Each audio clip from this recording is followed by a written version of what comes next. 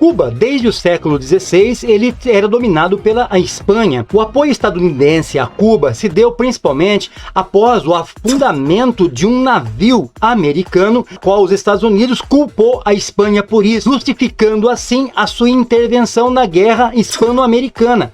Neste caso ali, o resultado da guerra foi muito rápido em favor dos Estados Unidos e, consequentemente, ocorreu a independência de Cuba. Livre da Espanha, então, Cuba passou a ser controlada pelos Estados Unidos até 1902. Uma emenda na Constituição de Cuba, aprovada pelo Congresso dos Estados Unidos. Na prática, mesmo sem a presença militar, os Estados Unidos poderiam intervir em Cuba sempre que achasse necessário, mantendo a ilha longe da influência de qualquer outra nação, podendo assim preservar os seus interesses econômicos exclusivamente com Cuba. Agora isso tudo é meu!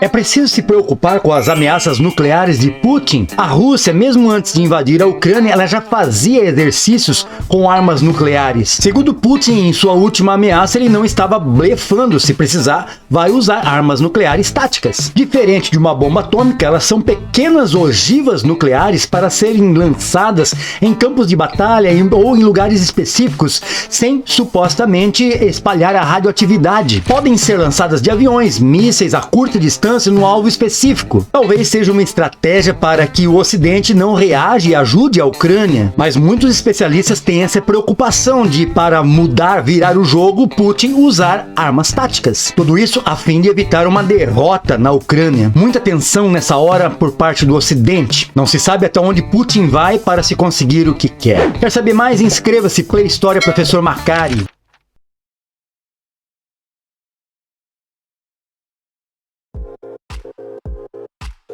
O presidente Putin da Rússia ameaçou usar armas nucleares táticas contra o Ocidente para proteger o seu território. Eita! Diferente de uma bomba atômica, elas são pequenas ogivas nucleares para serem lançadas em campos de batalha ou em lugares específicos. As menores armas nucleares táticas, elas têm mais ou menos 1 quiloton, ou seja, o equivalente a 1000 toneladas, isso para menos. Eu tô indignado!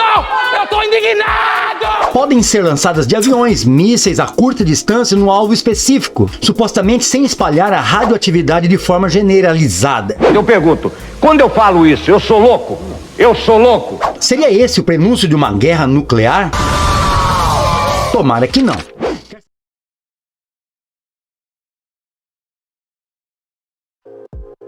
O patriotismo, na visão de muitos ali, é o amor à pátria. Nesse sentido ali, ela é positiva. Cada um tem o seu estado patriótico, valorizando seu símbolo, sua bandeira, seu hino, tudo aquilo de uma forma equilibrada. Muitos autores vão fazer uma contradição com a relação do nacionalismo, que o nacionalismo, por sua vez, ele trabalha com uma ideia de um fortalecimento do Estado Nacional. Para muitos autores, o nacionalismo, ela sobrepõe a ideia do seu país, da sua nação sobre as demais. Por isso, o nacionalismo trabalhava de duas formas. A ideia do fortalecimento do Estado Nacional por meio das unificações. Você pode pensar também no nacionalismo como independências para se ter um Estado Nacional fortalecido. Patriotismo, então, seria uma espécie de expressão do nacionalismo de forma equilibrada. E o nacionalismo, por sua vez, nem sempre é tão equilibrado assim.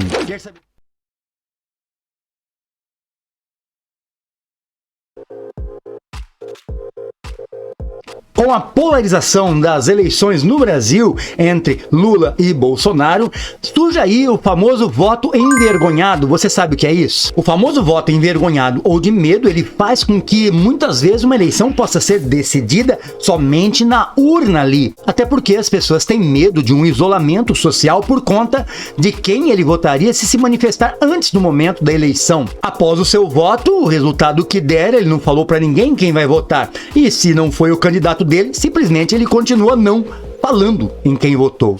As pesquisas mostram algumas vantagens para Lula, outras para Bolsonaro. Enfim, o fato é que nada está decidido. Só saberemos na urna quem ganhará. Quem sabe no primeiro turno, ou talvez somente irão para o segundo turno para disputarem quem será o presidente do Brasil em 2022.